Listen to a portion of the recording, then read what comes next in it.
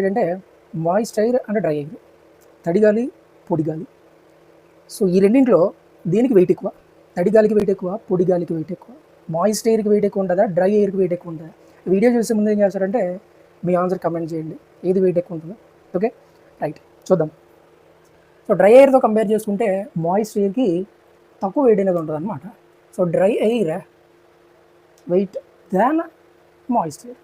పొడి గాలి తడి గాలి కంటే ఎక్కువ బరువు ఉంటుంది అనమాట. ఓకే, రీజన్ ఏంటో చూడు, కారణం ఏంటో చూడండి ఇక్కడ.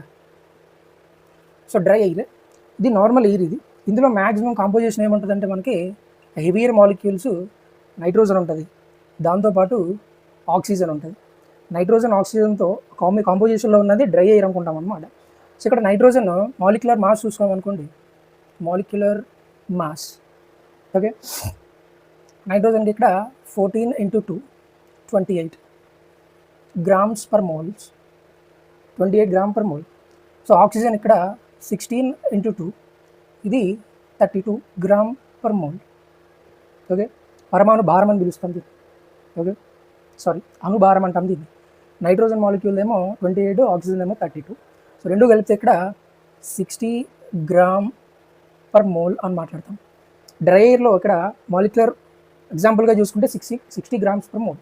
అదే మాయిస్ట్ ఎయిర్లో చూసామనుకోండి, మాయిస్ట్ ఎయిర్ అంటే మనకి ఎయిర్తో పాటు గాలితో పాటు ఏముంటుందంటే వాటర్ వేపర్ ఉంటుంది అనమాట. వాటర్